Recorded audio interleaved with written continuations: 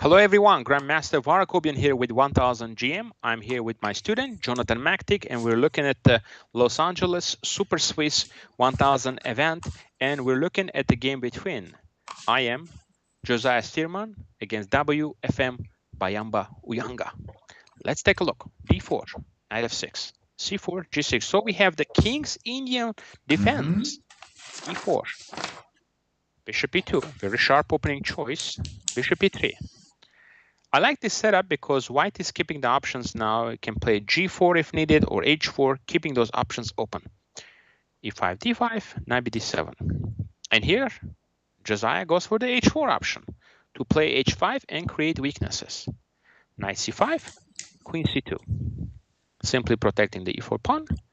Now g5. Once you play h5, the problem is this g5 square is always going to be weak. So I'm not sure if this is the best move.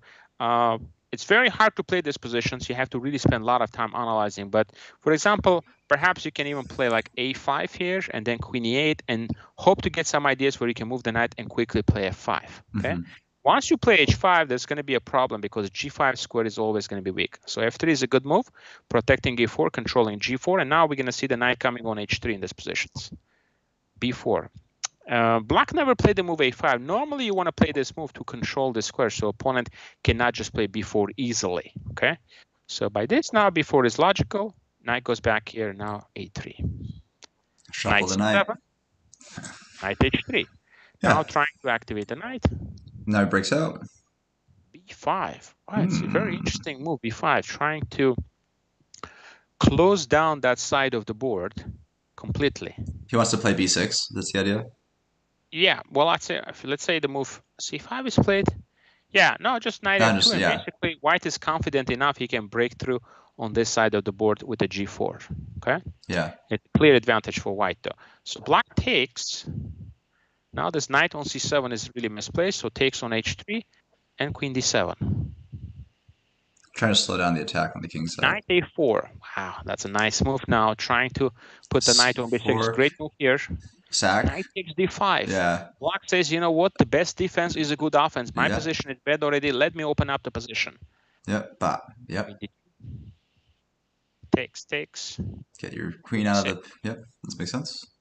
I like this sacrifice. I think it's very, very practical. Very logical. Yeah, that was very practical. Now e4. D5. Ooh, he's in it. Now the pawns are rolling in here, and suddenly things started to shift here. Here, there is no need to push the f-pawn. The best is to put the king into safety here. King f1 first. Sure. And try to consolidate the position. But instead, Josiah tried to open it up, and now e4. d5 comes in. Now d4 is threat. I like this. I like this for black is throwing it in there. Mayamba. Yeah. She's got a nice initiative here. d4. Nice. Ready to push now d3. Queen g4, activating the queen. Nice. And Josiah really wants to trade those queens off the board. King h7. I'm missing the opportunity here. Hit the knight. Hitting the knight. And now where is the knight going to go? If the knight goes here, for example, the queen can go back on d7, put pressure. And, this king is just in the middle of the board. It's very hard to play this position with the white pieces. You cannot trade queens because hg and you're under attack. So you build king h7, forcing the trade.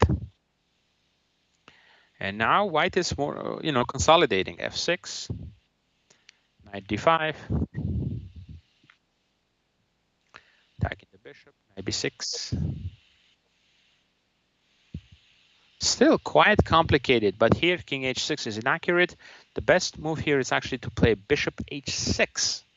I know the threat is bishop g8, and she was worried about it, but now bishop g8. Oh, nice discovery. Beautiful. Yeah, I know, but... Takes. Rook f5. I mean, it's a game on. Yeah. It's a game on, Jonathan. So let's go. This is hanging. It's a game on. Not so clear here. So that's why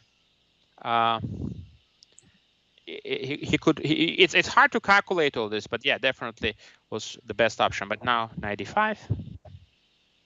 Oh, that knight's getting so strong. Yeah, 97 would have been very strong here, attacking g6. Pagitur. Yeah. Miariste, huh? Check. Knight f4. Yeah, that's knight is a monster. Knight e6. Yeah, now it's consolidating the position. Bishop e5. Bishop c4. Now bishop coming to d5. Yeah, And it's pretty hard to crash this plane. Bishop on f3 and simply, yeah, here simply just take on d4 and picking up the pawns. Yeah, this was a very interesting game. There were chances here definitely for black, but at the end, Josiah managed to consolidate the position. But again, there were some very, very serious chances in a middle game. It was a crazy game. I like how black sacrificed the piece, got a nice initiative. The pawns were rolling so well. Had to continue play aggressively.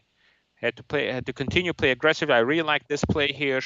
Just needed to play the move rook d6, and we'll have a nice advantage here. For black. Thank you everyone for watching this. This was a very interesting and complicated King's Indian game, and I hope you guys enjoyed this. And we'll be back with more.